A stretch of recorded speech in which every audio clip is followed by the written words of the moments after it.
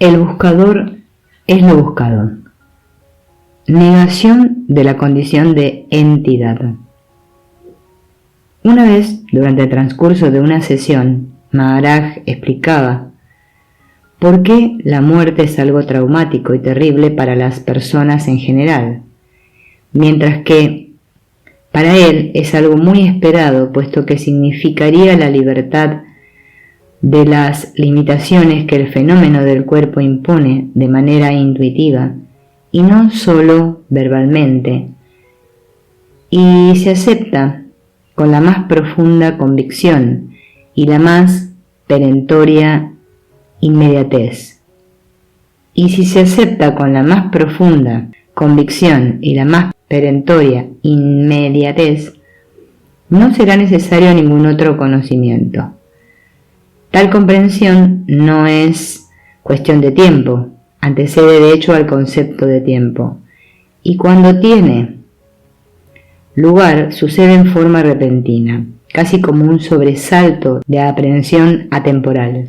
Constituye de hecho un cese repentino del proceso de duración, una fracción de segundo en la que se suspende el movimiento mismo del proceso temporal, conforme tiene lugar la integración con lo que antecede a la relatividad y la aprehensión absoluta ocurre. Una vez que echa raíces esta semilla de aprehensión, el proceso de la liberación relativa de la esclavitud imaginada puede seguir su propio curso, pero la aprehensión en sí es siempre instantánea.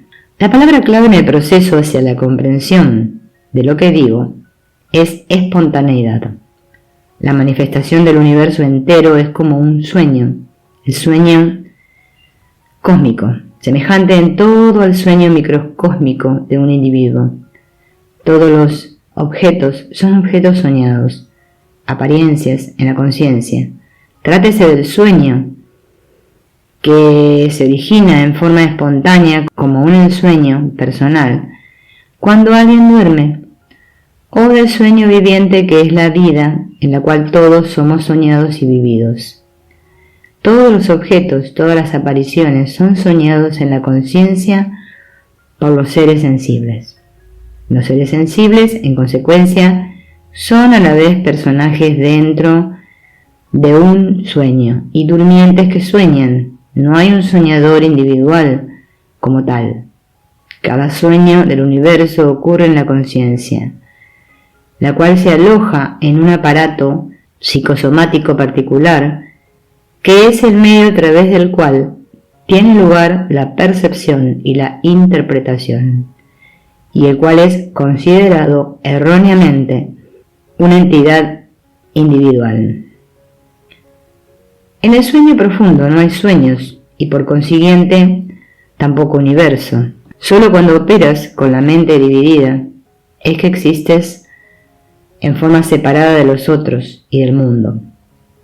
Ustedes no tienen ningún control sobre los objetos de su sueño personal, incluidos ustedes mismos en tanto objetos que aparecen en su sueño. Todo es espontáneo. Y cada uno de los objetos de su sueño personal no es sino expresión de ustedes. También en el sueño, que es la vida, todos los objetos, todos los individuos, por más que en el sueño parezcan oponerse, solo pueden ser lo que ustedes son. Así pues, en la vida, todo movimiento y toda acción no puede ser más que acción espontánea, pues no existe entidad que realice acción alguna. Ustedes son, yo soy, el funcionamiento, el sueño, la danza cósmica de Shiva. Finalmente, recuerden que todo sueño, cualquiera que sea su clase, debe por fuerza ser fenoménico, una aparición en la conciencia cuando ésta se halla despierta, que es cuando es consciente de sí misma. Por el contrario, cuando la conciencia no es consciente de sí, no puede haber sueños, y esto es lo que ocurre en el sueño profundo. Al llegar a este punto, el hombre de la pareja tenía una duda. Su pregunta era: si todos nosotros no somos más que imágenes de un sueño, sin posibilidad de elección para decidir y actuar de manera independiente, ¿por qué habríamos de preocuparnos por la esclavitud o la liberación? ¿Por qué habríamos de ver a Maharaj? Maharaj sonrió y dijo: parece que has llegado a la conclusión correcta por el camino equivocado. Si lo que quieres decir es que ahora estás convencido, fuera de toda duda, de que el objeto con el que te has identificado no es en realidad más que un fenómeno por completo carente de toda sustancia, independencia o autonomía, simplemente una apariencia imaginaria en la conciencia de otra persona, y de que por lo tanto para una simple sombra como esta no puede haber problema alguno acerca de la esclavitud o la liberación, y de que en consecuencia no hay necesidad de que vengas y me escuches, entonces estás completamente en lo correcto. Si es así, no solo tienes razón, sino que ya te has liberado. Pero si lo que quieres decir es que dado que no puedes aceptar que eres tan solo una imagen de sueño, continuarás viniendo a verme, entonces me temo que no has dado siquiera el primer paso. Y de hecho, en tanto haya una entidad que busque liberarse, no se logrará nunca tal liberación. Velo de esta forma. ¿Cuál es el fundamento de cualquier acción? La necesidad. Tú comes porque es necesario. Tu cuerpo evacúa porque hay necesidades de ello. Me visitas porque tienes necesidad de acudir a mí y escuchar lo que digo.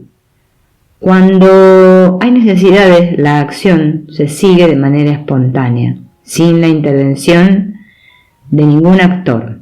¿Quién siente la necesidad?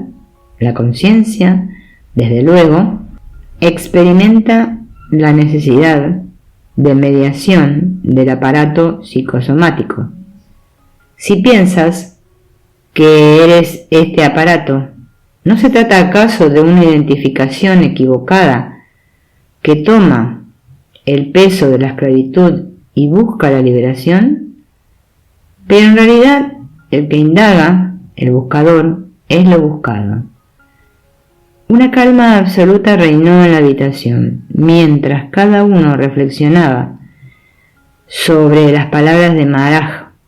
La pareja de visitantes permaneció sentada con los ojos cerrados, en un olvido completo de lo que a su alrededor ocurría, mientras los otros visitantes abandonaban poco a poco la habitación.